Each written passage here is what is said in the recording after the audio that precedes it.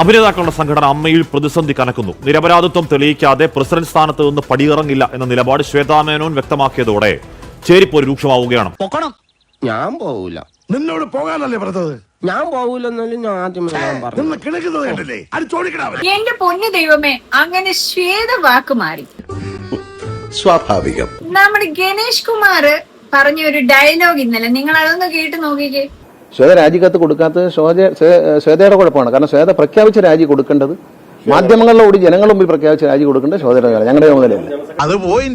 ഈ സഭയിൽ വന്നപ്പോൾ തന്നെ ഭൂരിപക്ഷത്തോടെ ഇത് അക്കൗണ്ട്സ് തള്ളി. കാരണം അക്കൗണ്ട്സ് പ്രോപ്പർ അല്ല. ഈ അംഗങ്ങൾ അക്കൗണ്ട്സ് തള്ളി. അന്ന് പിരിഞ്ഞവർ ഇത്രയും ദിവസത്തിന് ശേഷം ഈ ബോധോദയം എവിടുന്ന് വന്നെന്നാ അതറിയാവുന്നവരുണ്ട്, ഒന്ന് കമന്റ് ചെയ്യും. ഇന്ന് ശ്വേത പിഷാരടിക്ക് ചെയ്ത ഫോൺ റെക്കോർഡ് പുറത്തു വിട്ടിട്ടുണ്ട്. നിങ്ങൾ അതൊന്ന് കേട്ടു. എങ്ങനത്തെ വാക്കുകൾ പറഞ്ഞുന്ന്. ഒരു സ്ത്രീ തനിച്ചൊരു സ്റ്റേജിൽ 6-7 മണിക്കൂർ ഈ മറ്റേ നമ്മളെ അശ്ലീല വാക്കുകൾ ബാബുരാജ്, ഇടവേള ബാബുവും സിദ്ദിഖയും മറ്റേ സുരേഷ് കൃഷ്ണയും മറ്റേ സാദിഖ്, പിന്നെ ഞാൻ പറഞ്ഞുതരാം, അപ്പാ ഹാജ, പിന്നെ മജീദ് ക, പിന്നെ ആരാണ് മാല പാർവതി, മായ വിശ്വനാഥ്, എല്ലാരും പറയണ കാര്യങ്ങളെല്ലാം അത്ര ക്ലിയർ ആയ ഓഡിയോസും വീഡിയോസും ഉണ്ട് എന്റെ അടുത്ത്. മീറ്റിംഗ് തുടങ്ങണേന് മുമ്പേ തന്നെ ബാബുരാജേട്ടൻ തുടങ്ങി. മീറ്റിംഗ് തുടങ്ങണേന് മുമ്പേ.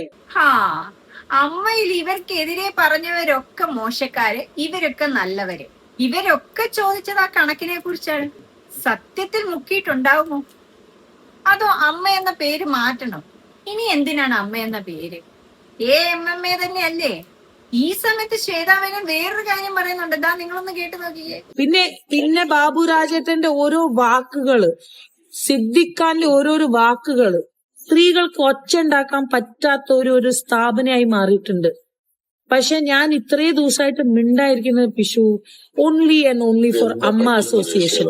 ദൈവമേ, ഇതെവിടെ എത്തിയ എന്റെ ആറ്റുകാൽ ഭാസ്കര? അങ്ങനെ ഒരു ദൈവം ഇല്ല. ഇത്തരം സന്ദർഭങ്ങളിൽ ഇല്ലാത്ത ദൈവത്തെ വരെ വിളിച്ചു പോകും. സ്ത്രീകൾ ഒച്ചയിടാത്ത സ്ഥാപനം അല്ല. ഇവിടെ സ്ത്രീകളല്ലേ ഇതൊക്കെ ഭരിച്ചത്. ഇതൊക്കെ കുളമാക്കി വെച്ചിട്ട് സ്ത്രീകളല്ലേ. ഇതൊക്കെ കണ്ടപ്പോഴേ എനിക്ക് താണ്ടേ ഈ സീനാ ഓർമ്മ. പോയിക്കടാ, പോവും, പോടാ, ഞാൻ പോവാ. പോണില്ലേ?